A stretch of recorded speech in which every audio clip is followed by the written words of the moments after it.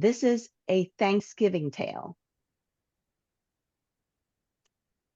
Sara is a freshman at NYU, and she just finished her last finals exam. She's looking forward to the winter break, going home to visit her family and friends in California. Instead of flying home, Sara decided to travel by train across America to see some of the sights and at the same time save some money. She packed her carry-on luggage and backpack. On her way to the train station, she ran into a homeless person who was looking really, really ragged. And then she had an epiphany. What if I feed her? Would she be okay for her Thanksgiving? So Sara ran into the nearest 7-Eleven and bought a big burrito. I hope they sell burritos. And ran back to the homeless person who she found disappeared. Jeff.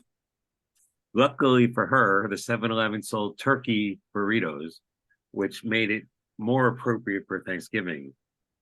He was still feeling very philanthropic, but had another epiphany that maybe since she couldn't find the first homeless person, she could go to a homeless shelter with food. So she went back to the 7-Eleven, bought more turkey burritos, and brought them back to the homeless shelter. However, time was running late, so time was running late, and so she grabbed the burritos and went to the nearest park where she knew there were often some homeless youth that would hang out. And so she distributed the burritos to them.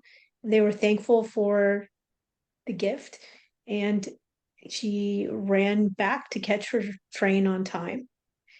And while she was getting on board, she had an epiphany of how lucky she was that she went through her day without having to think about where her next meal was coming from. And she also realized that what she could do with her time in the future was to perhaps volunteer at the local homeless shelter or food bank. And as she was thinking about this, she realized that she had missed her stop and she's still on the train. Yes, she missed her stop, and she realized not only did she miss her stop, she realized she was actually on the wrong train and she wasn't headed to California. She was headed to Atlanta. And so she got off on the train, and then, yeah, she'd also realized that she'd lost her cell phone and her wallet. So there she was at the Atlanta train station without her cell phone, without her wallet, no way to identify herself. And she asked somebody that she'd been sitting next to, "Can I borrow your phone? I need to talk to my parents." And they said, "No way. I don't know you. I'm not going to let you use my phone. So what if you sat next to me for 3 days on the train? I'm not going to let you use my phone." So she was kind of destitute, feeling like, God, I wanted to help people and they don't want to help me. So I don't know about this whole Thanksgiving thing because it just doesn't feel genuine to me. I mean, I'm trying to be helpful, and I was helpful, and now I'm sort of stuck in a city without any money, without any ID, without my cell phone, and I got nothing to do. And nobody to help me, no way to, my parents are probably really worried by now because I'm supposed to come home, and they're trying to reach me and my cell phone doesn't work. And I don't know if I'll try to ask if I can use somebody's email, but they're not going to let me use it either. So I don't know what to do. So she went wandering around downtown Atlanta. all right.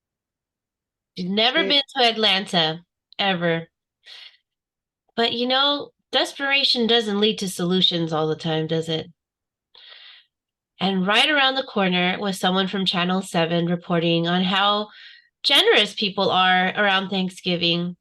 Well, we see those cameras there every single year. It's the one time, or maybe second time of the year, where everyone really tries to get generous.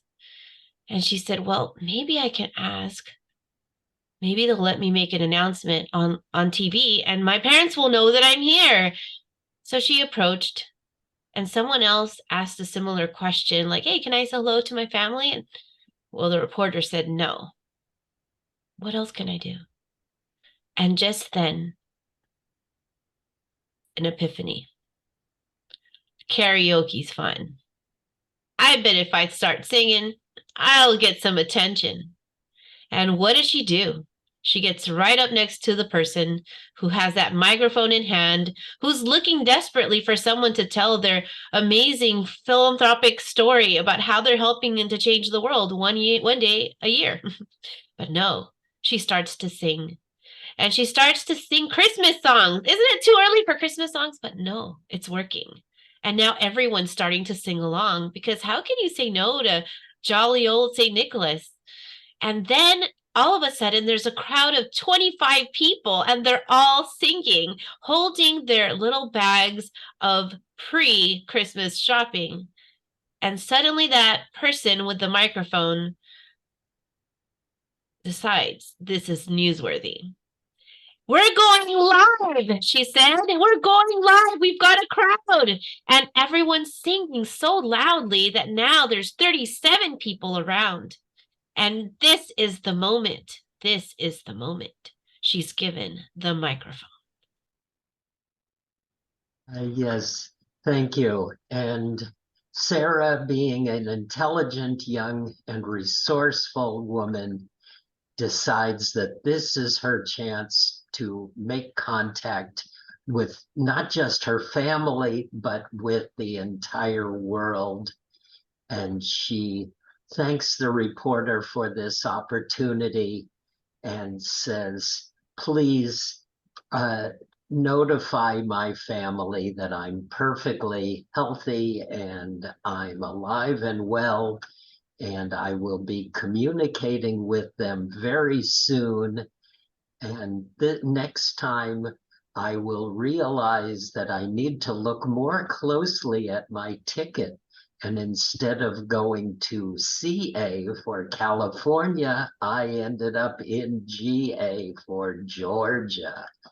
So with that, the reporter was so struck by her honesty and her singing voice that he personally pulled out a $50 bill from his wallet and handed it to her and wished her well and wished her happy holidays and thanked her for restoring his faith in humanity after having been beaten up on his previous story that he was reporting in downtown Atlanta.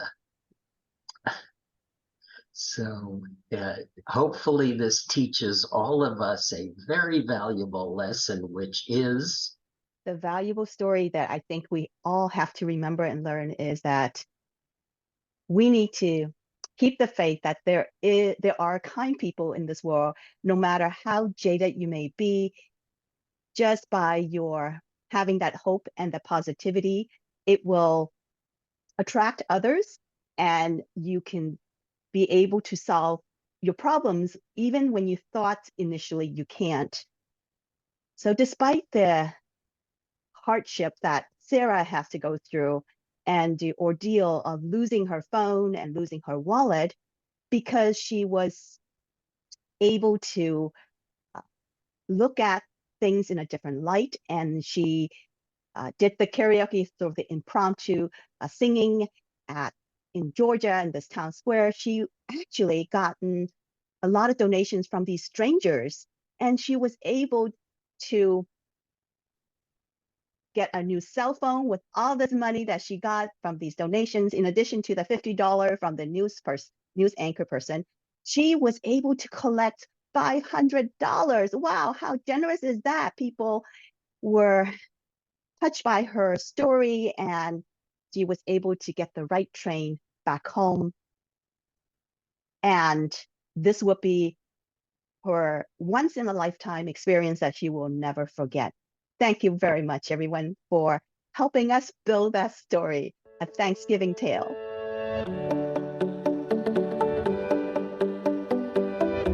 The Hallmark channel picked her story up and made her special, and she donated all the proceeds from the Hallmark special to the charities for feeding people in the East Coast and Georgia. And then Sprint and T-Mobile were so enamored with the cell phone, they gave her lifetime phone coverage, and Amtrak decided she'd be a great promotion, gave her free rail travel anywhere in the world, anywhere they travel, so that no matter which train she gets on and where she goes, she will find her destination. Wow, that's a great postscript. Yay. Thank you very much. Love it. Yeah, Thank you the only so- thing I was going to add was the homeless person actually found her stuff. That's it. Found her stuff. No, you forgot the last postscript, which is that the reporter was so enamored that he proposed on the spot, and they lived happily ever after. That was the Hallmark special. I didn't want to give away the No. line. If it's the Hallmark special, it had to be one really, really dry peck on the lips at the very end. Oh, wait, but they didn't share hot cocoa yet, so we have to have that first. He announced their engagement over hot cocoa with steam bubbling up, and